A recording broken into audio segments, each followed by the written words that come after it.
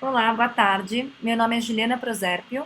Para quem não me conhece, eu sou cofundadora da Design Ecos, que é uma consultoria em inovação social, e também da Escola Design Thinking, que forma os inovadores no Brasil.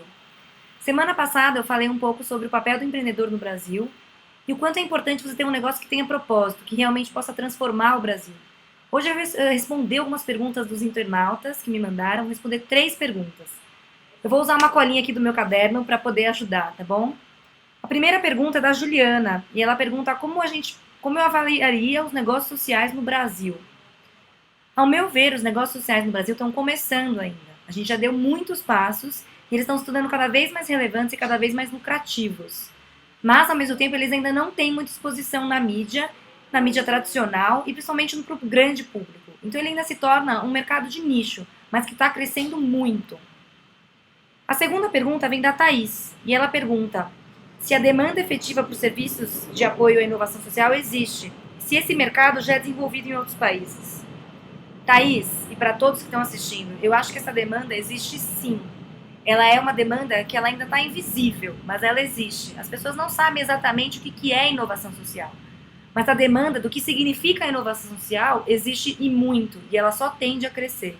E o que a gente tem que fazer é melhorar a visibilidade, fazer com que as pessoas saibam o que significa esse termo, para a gente poder realmente fazer com que isso cresça. Então esse é o nosso papel também, fazer com que todo mundo saiba, o grande público saiba o que é inovação social, e as empresas saibam o que é inovação social para poderem investir nisso e também empreender nesse novo modelo mental. Nos outros países, isso já se desenvolveu muito mais do que no Brasil, principalmente na Europa, em países como a Inglaterra e também nos Estados Unidos. O mercado também é um mercado que está crescendo, mas cada vez mais a gente vê as empresas se interessando por isso. Hoje já tem vários debates, várias conferências que falam muito sobre esse assunto, e a gente vê cada vez mais empresas e pessoas se engajando. A terceira pergunta é a pergunta do Lucas, e é uma das perguntas mais difíceis a serem respondidas. Ele pergunta: em empresas cujo objetivo é apenas o lucro, é fácil mensurar os resultados alcançados. Como é possível mensurar os impactos sociais gerados? Bom, isso é uma discussão que está sendo gerada no mundo durante muitos e muitos anos e é muito difícil de ser respondida. Medir impacto social não é que nem medir qualquer outro tipo de recurso financeiro, de impacto financeiro. Medir impacto social significa analisar um sistema social. E quando a gente está falando de um sistema social, a gente está falando de que tudo está conectado, todos os stakeholders estão conectados e que a gente não pode analisar uma coisa separada. Mas, como eu acho que a gente pode medir para tentar simplificar isso, né? Em primeiro lugar, eu acho que a gente tem que entender qual que é o nosso objetivo nessa mudança e nesse impacto social que a gente está querendo gerar.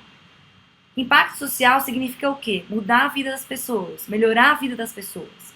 Então, qual que é o nosso objetivo inicial? Como empresa, como negócio, como ação? Qual que era a nossa mudança que a gente queria gerar? E a partir daí, pensar nas outras hipóteses. Então, se a gente sabe qual que é o nosso objetivo, a partir daí, agora a gente tem que saber para quem que a gente vai perguntar. A gente vai perguntar diretamente para as pessoas que foram diretamente tocadas nessa mudança, ou se a gente vai perguntar para as pessoas que foram indiretamente impactadas. Né? Eu acho que normalmente é importante a gente perguntar para desses dois atores. Porque isso também precisa ter a ver com qual que é o objetivo da sua empresa. O que é interessante medir para a sua empresa, qual é o retorno que a sua empresa espera disso. Normalmente isso é medido a partir dos stakeholders indiretos. Então, por isso que é importante envolver todos eles. Depois disso, a gente vai precisar perguntar quais são os melhores indicadores para essa mudança. O que realmente vai me mostrar que isso aconteceu. Então, a gente precisa fazer uma análise e pensar nisso. E aí, por último, a gente tem que pensar e analisar por onde essa mudança navegou. Ela foi realmente uma mudança que só ficou localmente ou ela se expandiu para outros lugares? Ela indiretamente atingiu outros sistemas. E aí, gente, quando a gente está analisando isso, eu já falei, é um sistema complexo. Então a gente precisa começar a analisar todas essas relações de tudo isso que eu falei. E não cada ação que eu falei, cada pergunta que eu falei isoladamente. Isso vai fazer com que a gente comece a pensar e comece a entender o impacto social gerado a partir da ação que a gente desenvolveu. Isso não é fácil, mas não quer dizer que ele não deve ser feito. Para que a gente continue fazendo inovação social e impacto social, a gente precisa saber qual foi o resultado gerado. E por isso que as pessoas vão se interessar cada vez mais nisso e vão querer cada vez mais investir em impacto social e inovação social. Espero que eu tenha respondido a pergunta de vocês. Fico aqui aberta para novas perguntas e interajam e façam parte do Papo de Negócios do Sebrae desse ano, que está muito bacana. Tchau, tchau.